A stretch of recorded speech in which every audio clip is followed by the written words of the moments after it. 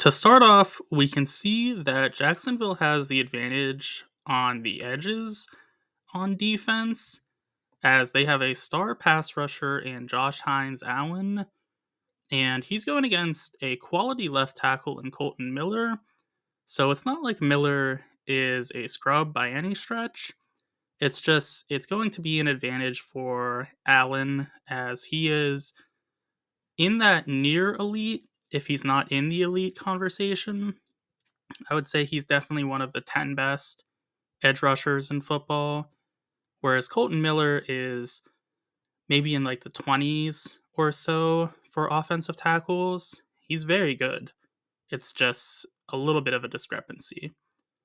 Where there is a larger discrepancy is with the other edge rusher for Jacksonville in Trayvon Walker, who is a good player, not excellent, but good.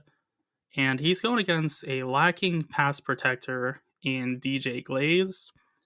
Glaze is much more of a run specialist, which Walker is fine at defending as well, mainly because he's so athletic. But Walker is really going to take Glaze to town, as he can be a much better pass rusher than Glaze can be a pass protector. The next advantage for Jacksonville is a very funny one, as it involves a player that isn't performing well either, but they have a poor performing Tyson Campbell against a horrible Terrace Marshall, and that is going to be an advantage for Campbell, as he struggles in man coverage, but should be up to watch Marshall, as it's just not too much of a task to guard Terrace. So that's going to be a weird advantage for Jacksonville. Campbell has been a weakness against a lot of teams this year. I would say the vast majority of them. But in this case, he's going to be a benefit to them more than likely.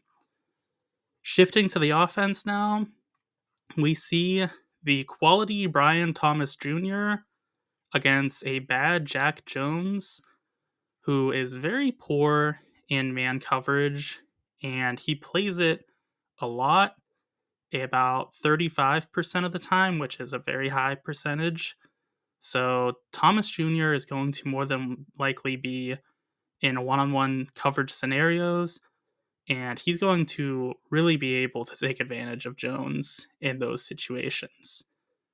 The final advantage for Jacksonville is that they have a solid tight end in Brenton Strange, who is greater than the lacking in coverage Robert Spillane and Divine Diablo.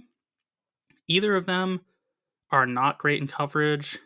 Diablo is a sad case. He is not good in coverage, and he's not good in the run game either.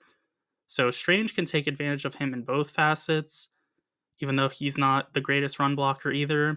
Spillane can at least contest in the run game, as he's good in that department. So there are some strengths to this linebacking duo, but it's definitely not in coverage. As we shift now to the defense, if you like this video, make sure you like and subscribe, as both make major differences. And with that out of the way, Las Vegas has the advantage at quarterback, as they have a Tier 5 Aiden O'Connell over a Tier 6 Mac Jones. There are 7 tiers, so they are both reaching near that. But O'Connell is a bit better in my eyes, and the stats bear that out as well. This tier system is based on the performance of the quarterbacks in 4 advanced metrics. It's not just my opinion, it's stat based. So O'Connell is a bit better in these 4 metrics, so that's why he is placed a little bit higher. The next advantage for the Raiders is that they have a gem in Brock Bowers versus good linebackers. They are very good in Foyesade Aluakun and Devin Lloyd. Both linebackers are very high end and would be more than adequate as the number 1 linebacker on basically every team. but they are not up to the level that Brock Bowers is because Bowers might just be the best tight end in all of football already. Yes, he's a rookie, and tight ends usually don't hit the ground running, but he has. So that's tough to go against for anybody. Shifting to the defense now, we see another funny advantage this time for the Raiders as they're average in the run defense department, and they're going against a poor Jacksonville run blocking unit. So that's advantageous to the Raiders. They are just competent, and that's going to be a big edge for them because there is a big discrepancy between being bad and being average, and the Raiders are just average. The final advantage for the Raiders as a whole is that they have home field advantage, which I think matters a bit more when you're dealing with two quarterbacks that aren't very good.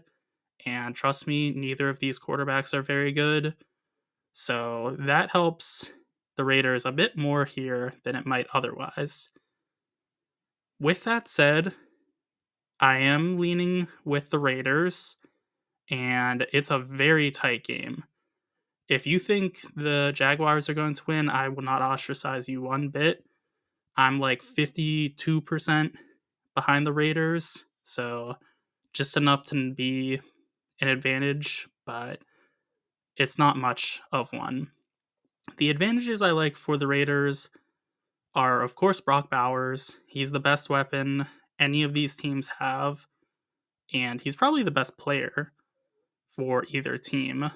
He might be better than Josh Hines Allen, that's close, but yes, I would say he's the best offensive player at the bare minimum. And I also like the home field advantage piece because, like I said, quarterbacks that are low end, that matters a little bit more just because they are not going to perform under pressure as well as like the Patrick Mahomes of the world. So I like the Raiders here.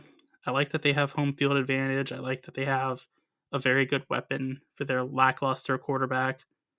Those are my thoughts on the game. Be sure to let me know what yours are in the comment section. And also be sure to like and subscribe for more football content.